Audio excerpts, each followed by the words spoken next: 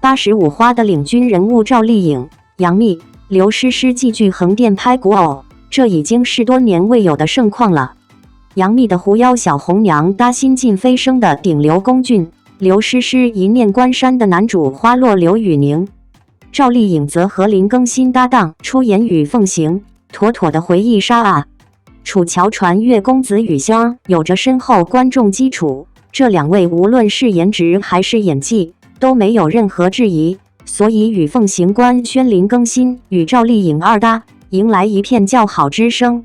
几次路透，无论是大新还是小赵，都让人眼前一亮，满满的回忆杀。与凤行用的是花千骨的造型团队，妆容服装偏向轻压素净，无论是沙场上斩杀魔兽的碧苍王，还是归隐田园的凤凰女，色调都舒服。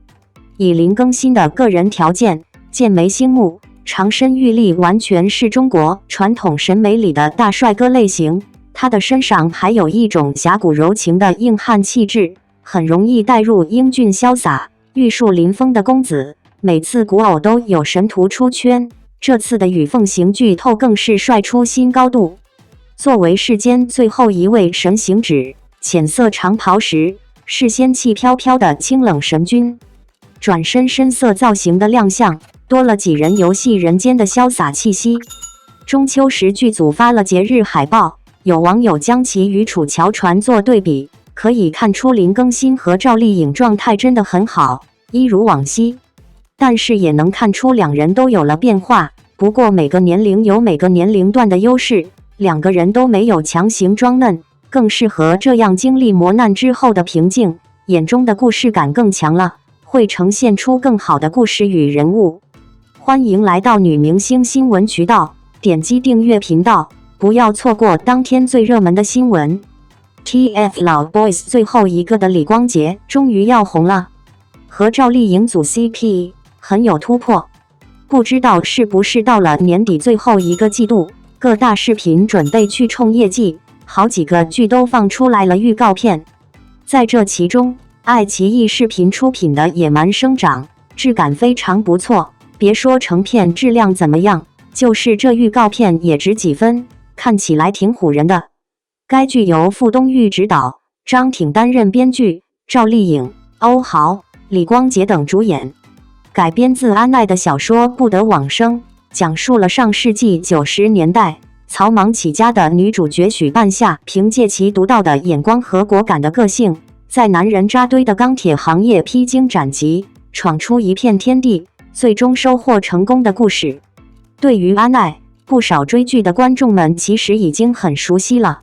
此前的大江大河系列电视剧便是改编自其小说，而这一部有着85超一线小花赵丽颖的加持，毫无疑问，又是赵丽颖立志要通过这个完全不同于之前其他角色类型来证明自己的演技的作品。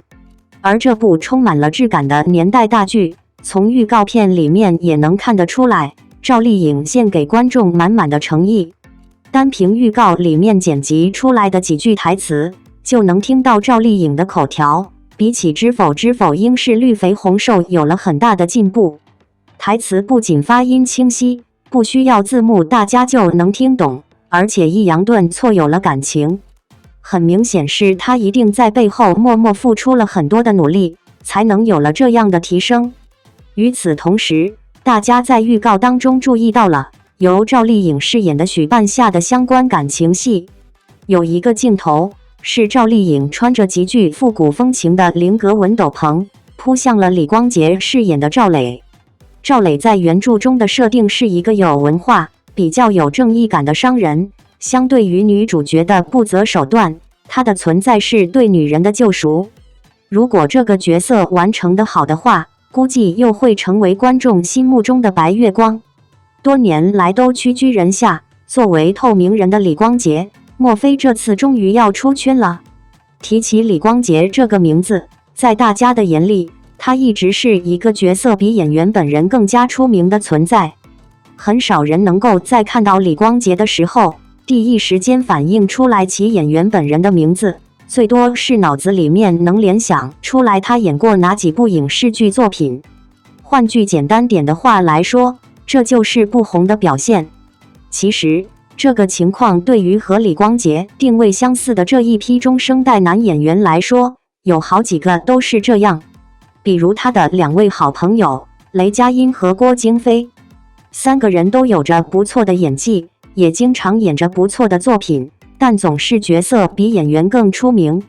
比起那些年轻漂亮的帅气小伙，不需要演技，露脸就能够瞬间功成名就，他们不可能不羡慕。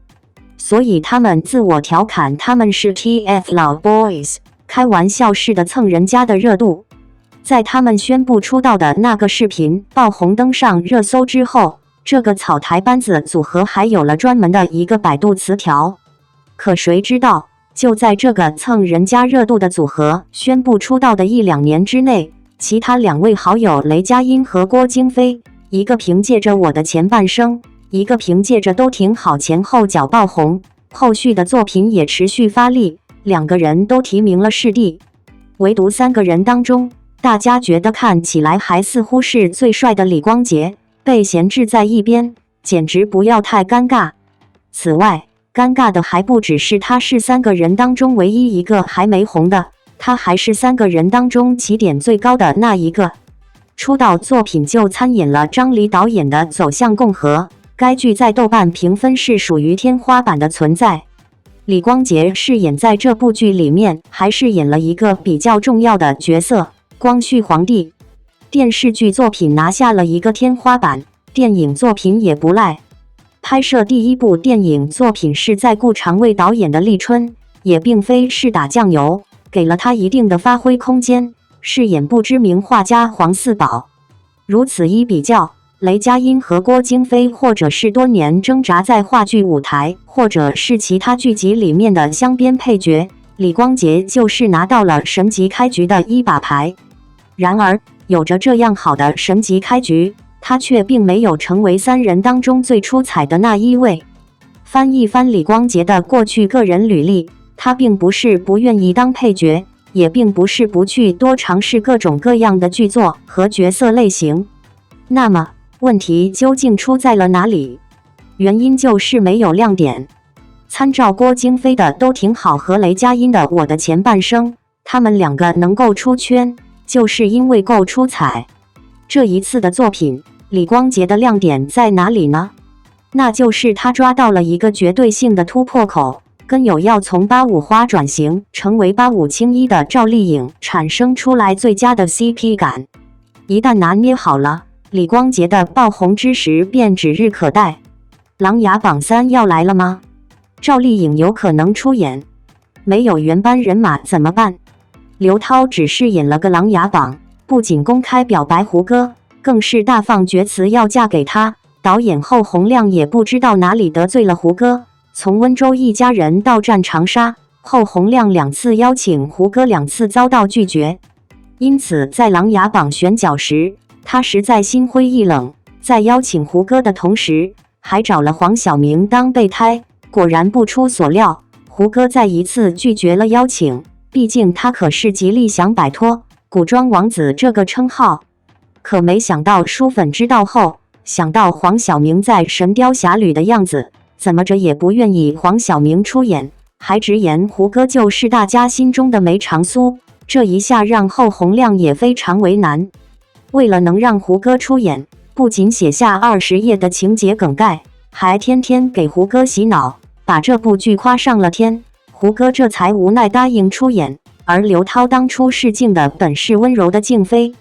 可后洪亮和他聊了一会后发现，刘涛本想着已经试过静妃的角色，再换人物嫌太麻烦，想要拒绝。可没想到导演一番话，就让他说什么也要出演霓凰。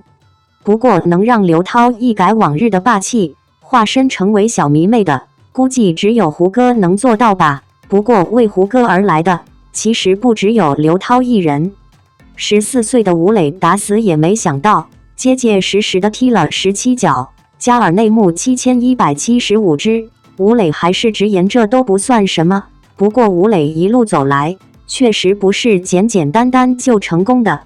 当初在拍摄《琅琊榜》时，导演就非常想要一个可爱呆萌的小演员，来出演梅长苏的贴身护卫。而当初在《少年杨家将》中，吴磊就非常喜欢胡歌，如今听到胡歌也会出演，更是向导演推荐了自己。吴磊当时虽然年纪尚小，但在刚出场就吸引了一波观众的眼球，甚至在拍摄打戏时也没有怨言一辩便遭受着挨打，胡歌才对吴磊如此看重吧。不过两人作为亦师亦友的关系，胡歌一直单身，很难不让人想象，该不会吴磊结婚的时候，你还在当伴级吧？不过虽然大家看好吴磊的飞流，但王凯的萧景琰那可是频频遭到质疑。当时王凯刚出演过极其女性化的陈嘉明，因此在得知他会出演萧景琰后，书粉一致对他展开了攻击，甚至由于压力太大，在发布会上还哭了出来。王凯却成功凭借演技改变了网友的印象，因此实力也是不容小觑。不过在《琅琊榜》播出后，胡歌反而遭到了质疑。当初陈佩斯在遭到采访时直言，虽然喜欢《琅琊榜》，却只知道男主姓胡，但在孙俪的照片拿出来时，陈佩斯却能直接喊出名字。因此很多人表示，难道胡歌还没有孙俪有名吗？能被记住名字并不重要，更骄傲的是有能拿得出手的角色吧。如今《琅琊榜3》官宣，不知道大家是否期待呢？如果《琅琊榜3》原班人马落空，你还会追吗？虽然很多粉丝希望能够原班人马出演，但当初的《琅琊榜2》中就已经没有任何原班人马了。再加上胡歌对于古装剧一直都秉承着宁可错过也不滥用的念头，因此此次原班人马出演，几率估计不会太高。不过虽然官方一直保密演员阵容，但网传张晚意和陈星旭会代替胡歌出演，因此很多人猜测这一次会变成双男主剧。张晚意即便作为新人演员，在《觉醒年代》中可是吸引了众多网友的喜欢，而陈星旭的东宫也非常印象深刻。如果两人合作，确实非常有看头，但比起新人演员，更多人还是希望钟汉良出演男主，毕竟他有颜有身材，穿上古装也是一位翩翩公子。而陈冠霖也被网友极力推荐，不过当初《琅琊榜2》时，在得知主演由胡歌变为黄晓明后，这部剧就一直遭到粉丝的吐槽。如今《琅琊榜3》的换角，不知道是否能够超越第一部呢？而在女主选角，赵丽颖极有可能出演，因此这部剧如果有她的加持，说不定又会是一个爆剧。然而她如今作为收视女王，却要出演这部大男主的剧。